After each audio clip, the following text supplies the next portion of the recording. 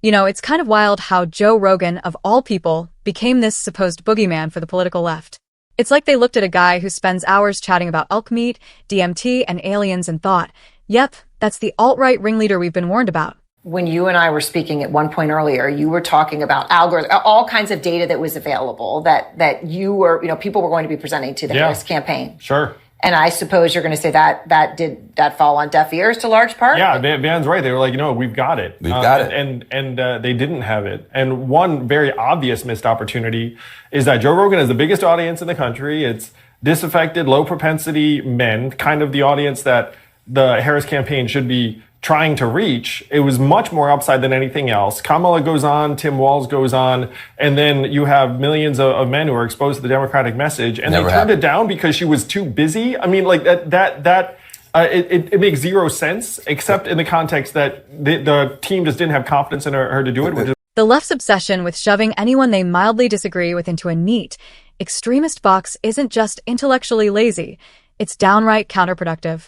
Instead of tackling nuanced conversations Rogan has about complex issues, they slap labels and miss the chance to engage millions of everyday people who tune in. Here's where it gets interesting. Rogan's audience is, by and large, a mix of people who have checked out of the traditional political echo chambers. And that's precisely where the Democrats dropped the ball. Instead of trying to connect with the millions of people listening to 3-hour-long podcasts, they dismiss him, and by extension, his followers, as part of some imaginary extremist conspiracy. The missed opportunity here is colossal. I mean, think about it. Figures like Kamala Harris and other prominent Democrats had a chance to connect, to debate ideas, and maybe even bridge the gap with skeptical or disenfranchised voters. But no, they opted for the high road of smug dismissal. What did that achieve? Absolutely nothing, except further alienating a potential base they claim to represent. It's like refusing an invitation to speak to a stadium full of undecided voters because the lighting wasn't perfect. And let's be real, this isn't just about Rogan. He's a symbol of a larger, deeply flawed strategy by some on the left to label, dismiss, and push away anyone who doesn't fit into a neat ideological box. It's a failure to listen, to engage, and to have real conversations. Rogan's appeal comes from his willingness to say, hey, let's explore this idea, even if it pisses some people off. If Democrats can't find a way to engage on that level, they're setting themselves up for a rude awakening. It's no secret that the Democrats have had more than a few fumbles when it comes to connecting with everyday voters, but few are as glaring as their refusal to engage with platforms like Joe Rogan's. Think about what could have been achieved if someone like Kamala Harris had the guts to sit across from Rogan and have an unfiltered conversation. Agree or disagree with him, Rogan isn't a softball interviewer. The dialogue would have been real, raw, and maybe even uncomfortable at times. But that's precisely the point. People crave authenticity, especially from their leaders. But instead of embracing the challenge, the left's playbook seemed to be play it safe, stick to controlled sound bites. It's a strategy that alienates the exact people they claim to want to reach, the skeptics, the disaffected, the ones fed up with politics as usual. By ignoring platforms like Rogan's, Democrats didn't just miss a chance to connect. They effectively told millions of potential voters, you're not worth the conversation. Speaking of missed chances to engage and connect, let's talk about how the media and political elites find new targets to demonize whenever they need a distraction.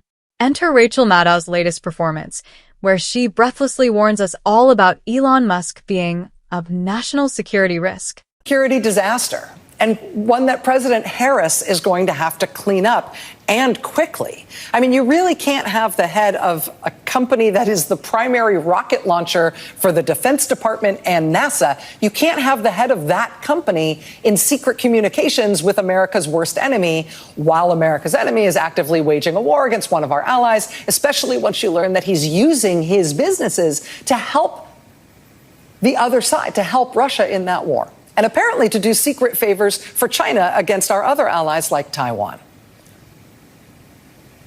I mean, that can't be. I mean, also, just for what it's worth, presumably a guy who's reported to have regularly used ketamine plus LSD, cocaine, ecstasy, and shrooms, and who smokes weed on a national podcast, presumably he can't even have a security clearance. A personal security clearance. But you definitely can't have a security clearance let alone that much leverage over American national security, if you are doing anti-American diplomatic favors for dictators with whom you are in secret communication. So buckle up. Even if Trump doesn't win, the Defense Department and NASA are going to need a new arrangement for all their rockets and for all the multi-billion-dollar contracts Elon Musk's companies have with the U.S. government.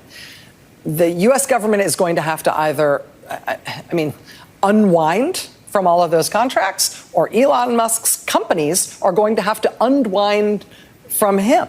This is an untenable reality in national security terms, now that we know what we know about Elon Musk.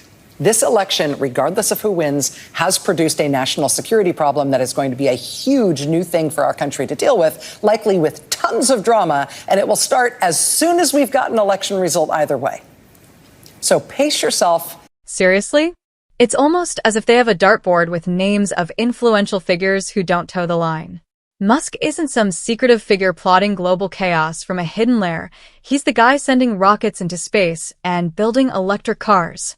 But because he's outspoken, unpredictable, he's painted as some shadowy menace. It's the kind of over-the-top rhetoric that turns legitimate discussion into melodrama.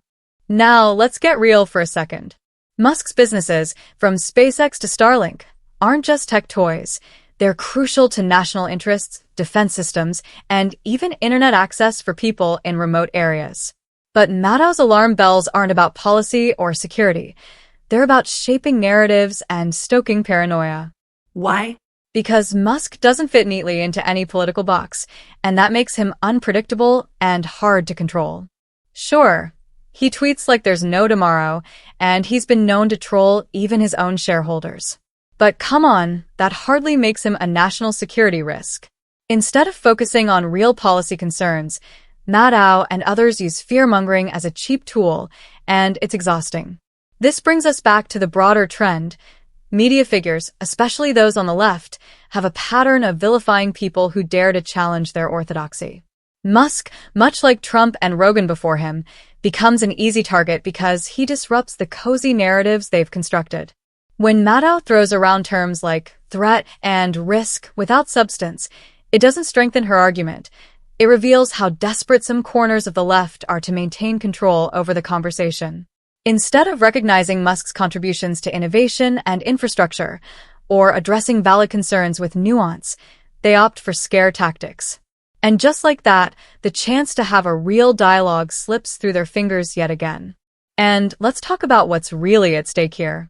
Musk's projects, from SpaceX launching critical satellites to Tesla driving clean energy innovations, are inextricably linked to national interests. To label him a risk while simultaneously relying on his companies for innovation and infrastructure, that's hypocrisy on steroids. If Democrats were genuinely worried about security, they'd have nuanced, fact-based discussions. Instead, they crank up the fear machine because, deep down, it's about political control and narrative management. They don't like that Musk doesn't bow to the establishment, so they make him the villain. The irony? This approach just makes him more popular, and it makes their outrage look more like a desperate attempt to silence dissent. Of course, Musk isn't perfect, far from it.